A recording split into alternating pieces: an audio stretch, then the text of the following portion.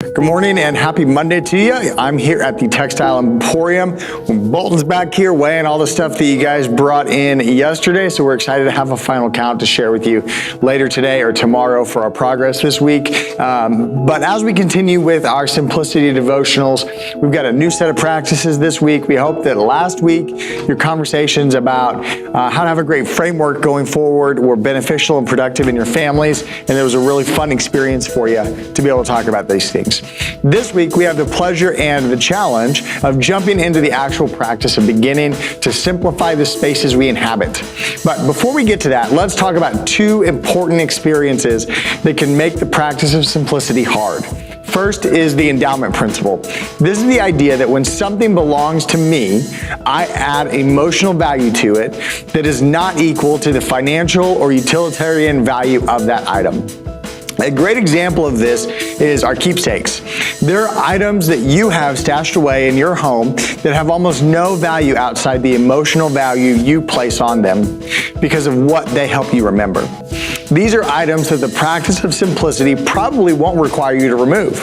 You may find that some items you've held on to don't hold an emotional value that makes them worth keeping, but the goal of simplicity is not to cut all our memories out of our lives. Is to clear out the right things that clutter those memories so we can experience the things that matter most more richly. With every keepsake item that you run across, ask yourself why this holds value to you and if that memory would diminish if the keepsake were no longer in your stuff. If that item you inherited from your grandparent doesn't actually connect you emotionally with that grandparent, then maybe now's a good time to let it go.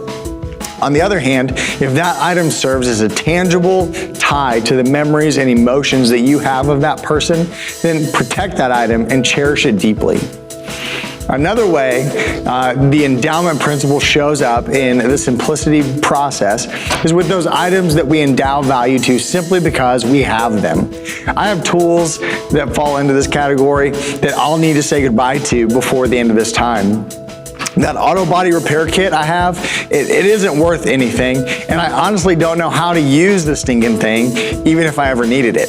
It has stayed in my garage for 3 years because I endowed value on it based on it being mine, and knowing that it was there if I needed it. It's time to let that item go. Now, another thing that we really need to consider is the cost of ownership that every item carries with it. The cost of ownership doesn't have to do with money. The cost of ownership means that you are asking about the emotional, logistical, relational cost of an item.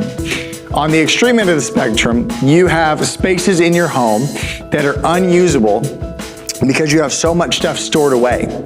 You need to ask yourself if the cost of owning these items is worth sacrificing the livability and functionality of your home. Another way to ask this cost of ownership question impacts items you have that you actually use. You may have hobby items that you use which become a place where you invest lots of your time and energy. Is the cost of owning this item worth the cost of giving up time with people and activities that might be a better use of your energy? You could ask this about physical items like a game system or a boat. You can also ask this question about digital items, like the app on your phone that always seems to capture your attention. Here is a caveat for families as we get into the simplicity practice this week. This practice will take more time for families because you include more people. If you're doing this on your own, you can move through your house quickly. As you add in family members, plan on spending more time here.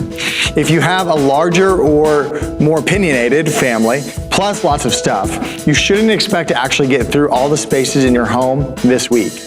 Do what you can this week and make a plan to keep at it in the weeks to come. I know that you're busy with all the holiday plans and all the other stuff going on in life, but the nature of how we celebrate Christmas is all the more reason to take this seriously over the next couple of weeks. As you prepare to add more stuff that magically appears under the Christmas tree, your life might end up better off if you got rid of a few things now. Families also need to understand that each person in your household will have different feelings than you. You will have things that you need to hold on to that your family members could easily say goodbye to. Respect each other. The goal of this exercise is not to become minimalist. The goal is to say goodbye to the things that clutter your life but don't add value. Questions for conversation this week include, do you envy those who have more things or more opportunities than you? And explain that. Secondly, how much of your identity is wrapped up in what you own and where you go? You know, simplicity is not just about the things that you put in your life, it's about the things you fill your time with. So hopefully this week you can talk through those questions, and we're gonna want you to look in the comments below, and you'll be able to find the beginning of the simplicity journey today in practical terms. We're gonna give you a room of the house to start with, some questions to ask, and send you on your way to start clearing out those items that clutter your space.